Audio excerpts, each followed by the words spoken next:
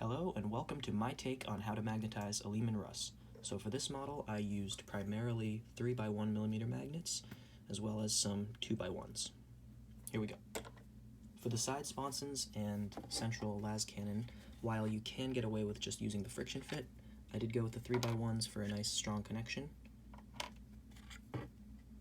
And excuse the lack of fully painted bits here, but as you can see, the plasma cannons fit nicely as well, and it's nice and strong, not going anywhere.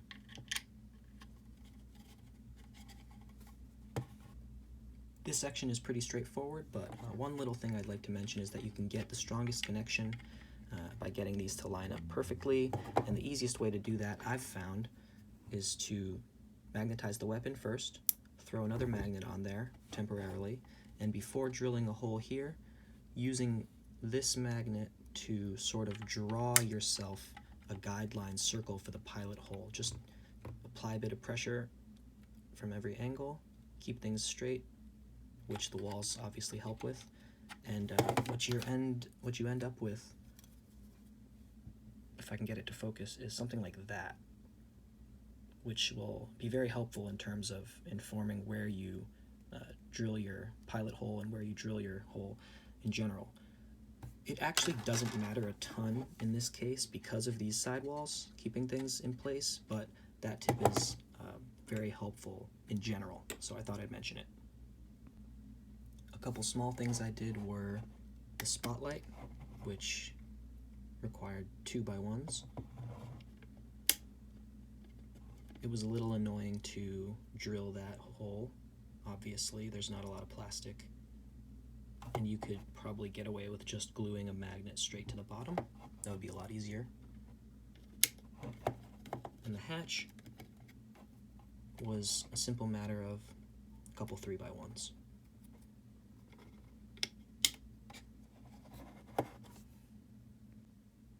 So now I'll break down the main turret and show what I've done here.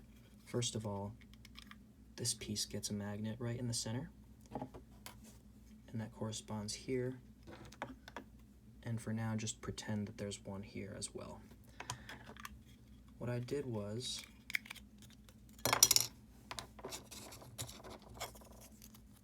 put two magnets here and here,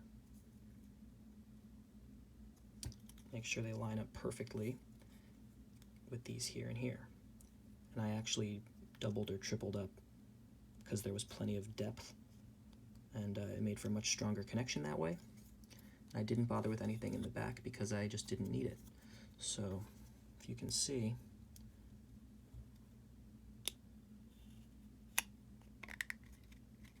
that's what I went for, and this is pretty secure. With this setup, you can simply switch between, say, that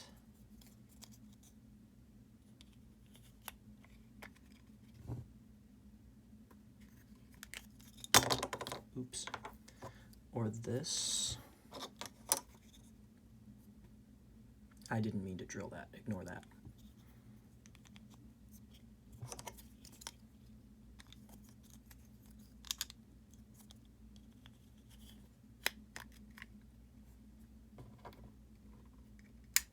Like so.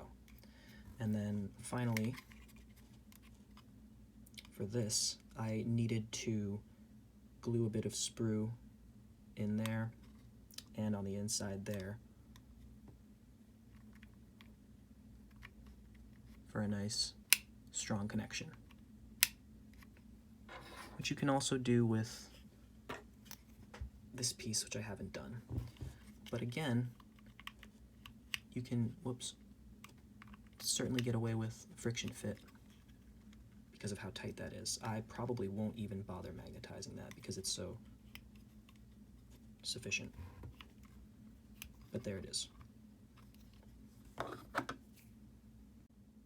In case you were wondering what this magnet is for, I just wanted something to help the turret stay lined up in the center in case the friction fit ever got loose I didn't want this turret swinging around on its own.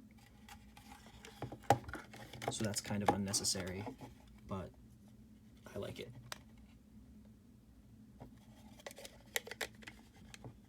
You can kind of feel it into place a little bit in the center there.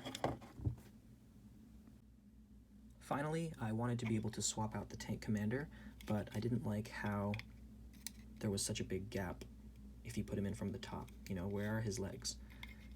And with his arms, he doesn't fit in from the bottom. So what I did was just magnetize him at the shoulder there, and now you can easily thread him through the bottom with this magnet holding him in place, like so. And then with his arm, there, he can hold the side. Whoops. Oh look, see, I dropped him and he's still here. So that's actually a good thing. All right, and then simply close everything up again.